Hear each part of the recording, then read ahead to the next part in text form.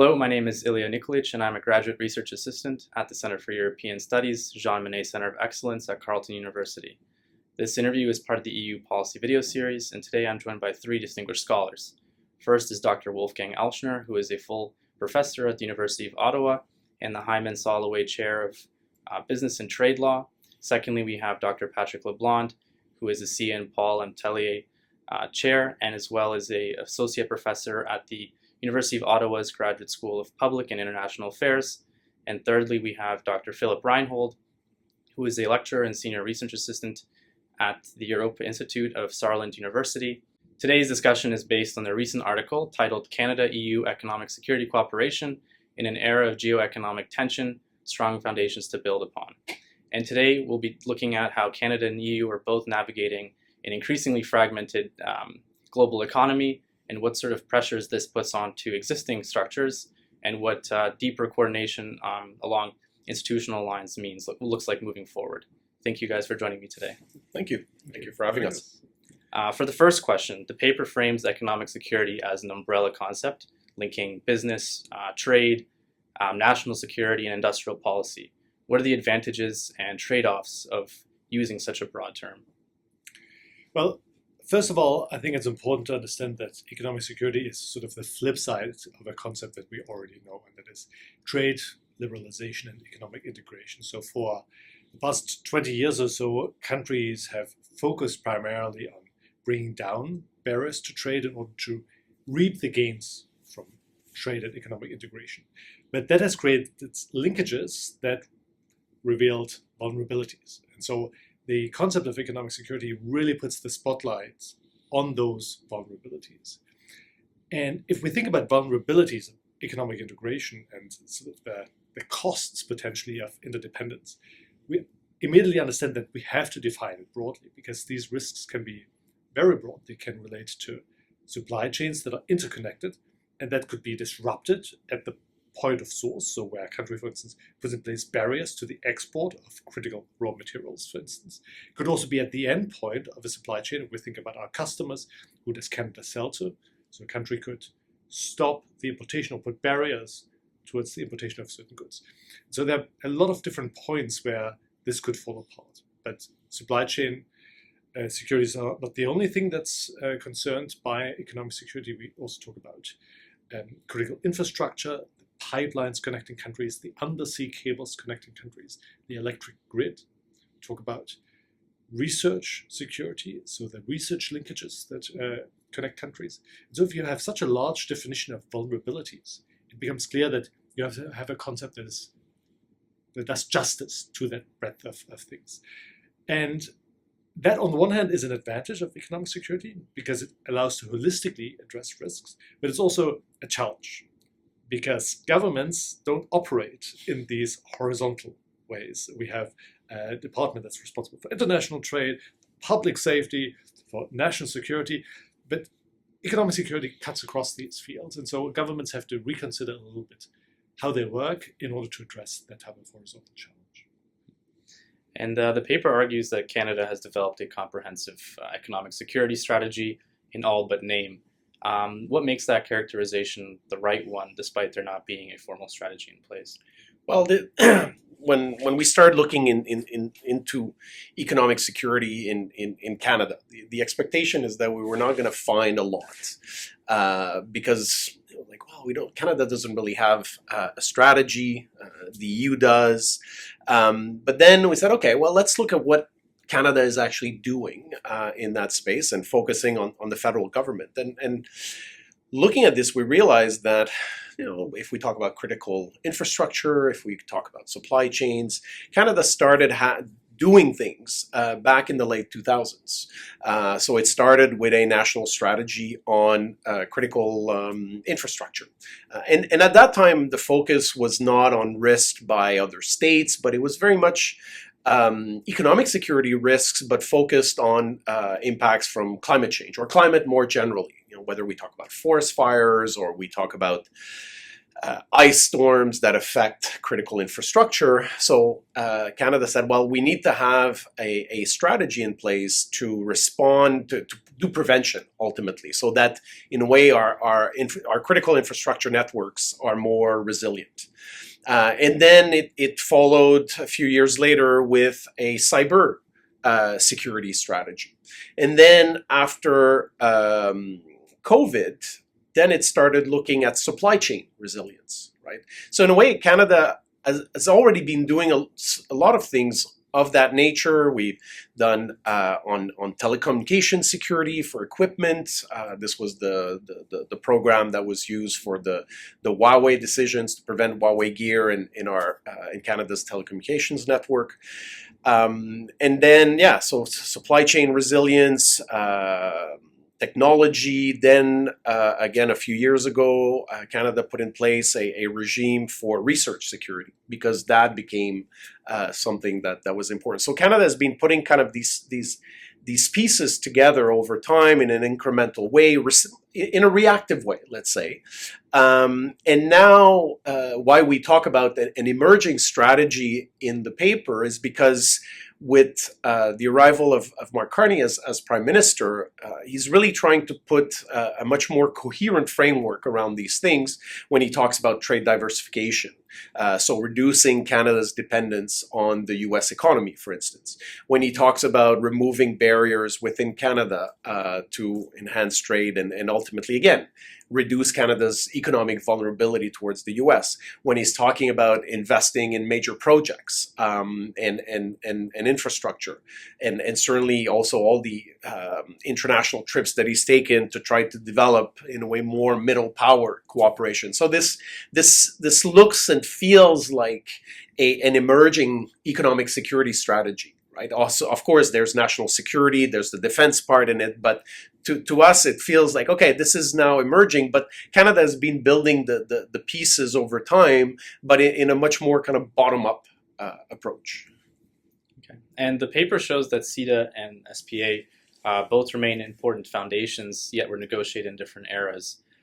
Where do you see the biggest mismatch between those inherited frameworks and the economic security environment that the paper describes today?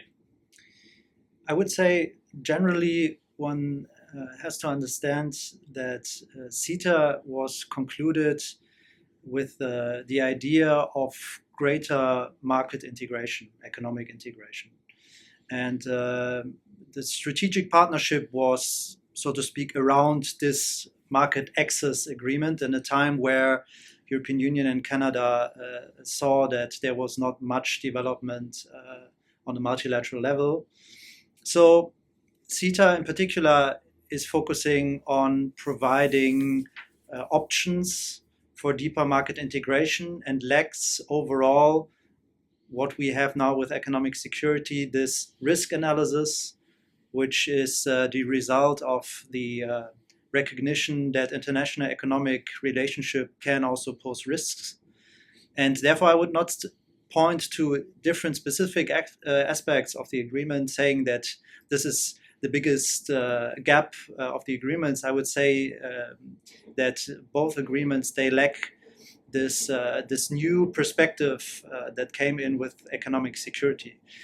To the contrary, I would say that according to our analysis, we found out that actually there is already something in CETA, and in particular in the Strategic Partnership Agreement, regarding raw materials, regarding other areas like cybersecurity, where already EU and Canada laid certain foundations for greater cooperation. But of course, as we propose in our panel in our paper to cooperate, for example, in critical infrastructure, this perspective is absent in the agreements and need to be built now.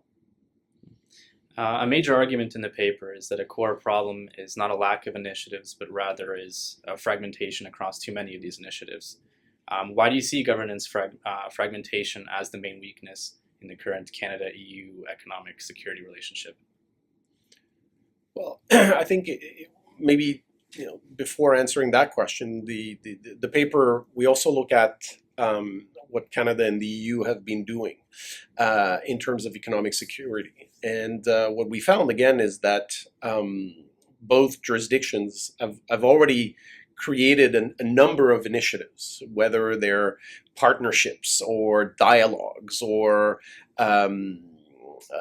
working groups. So there are a number of initiatives that are there that Canada and the EU have put together, whether it's critical minerals, whether it's a bit on critical infrastructure, on cyber. So there are different things that have been put together, but then the big challenge is really how to make sure that there is a degree of coordination, right? Because the danger, as Wolfgang was mentioning, is that because you have the various silos, right? The departments function, okay, focus on this, focus on this, focus on this. But then because the issue of economic security is horizontal, how do we ensure that not only within governments, but even between the two jurisdictions, that all these initiatives, which tend to overlap, are working with each other, and that we don't have gaps or that we don't have duplication of work in some cases. So that's really the challenge. So I don't know, Wolfgang, do you want to talk a bit about our proposal to bring this together? Yeah, so the idea is to create a bit of an umbrella institution in the form of, well, we could give it different names, but it could be an Economic Security Council at the at the level of ministers. But what is important really here is that we have one body that gives direction and gives coordination to these different types of initiatives. That's especially important for two reasons, in addition to what Patrick has already mentioned. One is that there's always a bit of an appetite, especially under the current government, to just do things. So we agree on a new initiative, for instance, on critical minerals, but then we don't really think about how that fits into other initiatives that we're also doing. And that, of course, creates risks of duplication, or energy might be lost when it's just invested into one rather than advancing a coherent agenda. So this umbrella institution would give a little bit of strategy that overlays these individual institutions. And the other thing we have to keep in mind, and we outlined that a little bit in the paper as well, that economic security is a layered concept that has a domestic component, that has a bilateral component, but also that has a minilateral or multilateral component. So Canada and the EU, they're not only working together, they're working with other trusted partners, they are working in different fora. And again, then it's important to have a bit more coordination so that across these different fora, they can speak with the same voice and therefore give more power to their voice. Yeah, I think fragmentation in general is something that EU and Canada already faces domestically when setting up their own economic security policy, and therefore this is of course mirrored then also in bilateral and in other relations, and there a common council can really be added value. Building upon this proposed Canada-EU Economic Security Council, what sort of gaps could this body fill that existing mechanisms currently do not fill on their own?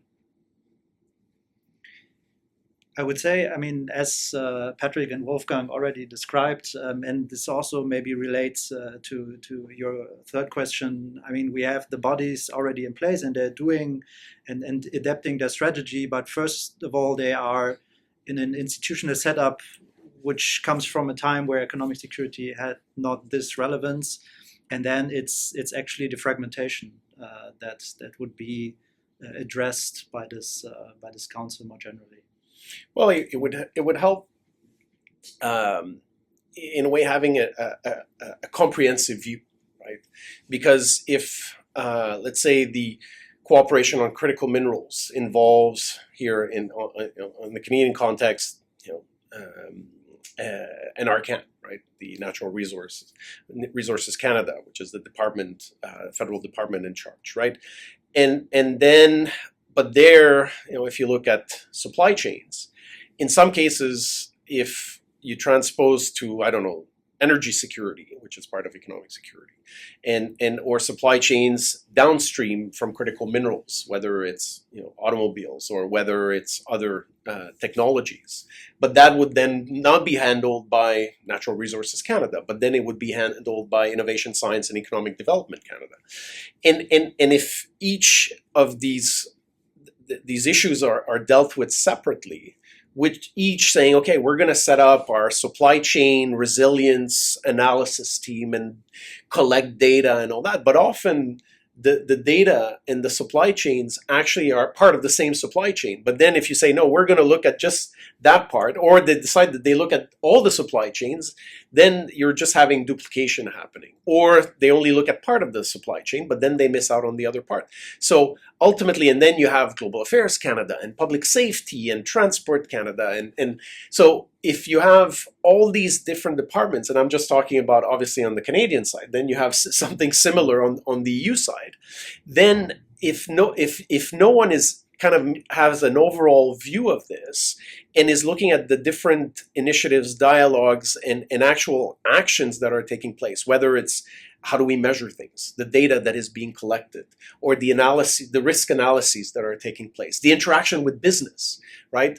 If all this means that either it's not happening or it's being duplicated, then the process becomes very inefficient. And I think the idea of having this sort of council that would bring together both sides, but then would also force each side to coordinate and communicate more. We think that creating a formal institution will help with that not just relying on more kind of informal ties, because obviously people move, change jobs and all that, but having something that is more formalized, institutionalized, that requires constant exchange and dialogue instead of just a ministerial meeting once a year or a committee meeting once a year. Economic security is not something that you deal with once a year. It's something that has to be done on a continuous basis. And so in that sense, this is why we think that having a kind of economic security council between Canada and the EU at the top, using obviously what's already there. We don't have to recreate something new, but just to make sure that it's integrated and coordinated and that nothing falls through the cracks, or at least the least amount, and at the same time avoiding unnecessary duplication. And something that the council could also do is, Canada is dealing not only with the EU, but also with EU member states and vice versa. And therefore, such a council could bring together the different work streams and dialogues and help for coherence within the Union together with Canada. And therefore would also help to solve this problem of fragmentation, which both sides face. Yeah, I guess even eventually it could also facilitate coordination with third countries, right, where both Canada and the EU have cooperation. So again, to create coordination as opposed to each side doing their own thing and not necessarily, again, talking with each other. So it's a way to ensure even deeper cooperation. The fifth recommendation in the paper suggests that Canada and the EU should set guardrails for the upcoming USMCA review, so that neither becomes a vehicle for coercion against the other. Does deeper Canada-EU cooperation risk creating friction with Canada's North American obligations, and how should that be managed? Well, I think the starting point is that this is not an either-or scenario, right? So Canada and the EU, they can collaborate more deeply while also finding areas of deep collaboration with the United States. However, the United States is currently in a phase where its foreign and trade policy is less predictable than it used to be, and where we've seen in the last couple of months indications that the United States is trying to use existing agreements and new types of agreements in order to change the trade policy orientation of its partner countries in a way that tries to align with the national security interests of the United States. And while both Canada and the EU are mainly aligned with the national security interests of the United States, there are certain areas where there might be tensions. And one of those areas, for instance, is on digital trade, where the EU cherishes its the protection of its citizens and the digital rights of its citizens. And the United States has a little bit more of a liberal and maybe commercial approach towards digital trade. And so, and Canada has also experimented a little bit with digital services tax and so forth. And so, in that space, we do have to be careful that neither country, of course, Canada here specifically in the course of the USMCA revisions, isn't strong-armed in a way that would then jeopardize Canadian efforts to develop deeper ties with the EU. So we don't in the report position a deeper EU collaboration, deeper collaboration between the EU and Canada as something against the United States, but it is definitely something where we don't want to have a situation where Canada specifically has to choose between its deeper ties with the EU or its deeper ties with the US. And one way to avoid that is to clearly signal, look, we want to work closely, but we're not doing this in a way that would undermine our partners across the Atlantic. Yeah, it's in the negotiations with the US, also one is to not actually agree to certain things. We'll have to see what happens, obviously. But if the U.S. is asking for things for Canada to do that would actually go against our cooperation with the EU on economic security, well, we want to avoid that because right now we see deeper cooperation with the EU as being very important in terms of economic security, especially when the United States is being much more coercive. So doing it in a formal way also, in a way, strengthens Canada's hand in negotiating with the Americans and saying, well, look, we have an agreement. We have a formal agreement with the EU. Obviously, the EU would have to do the same thing. And it's not just vis-a-vis the US. It could be vis-a-vis China. It could be vis-a-vis other countries.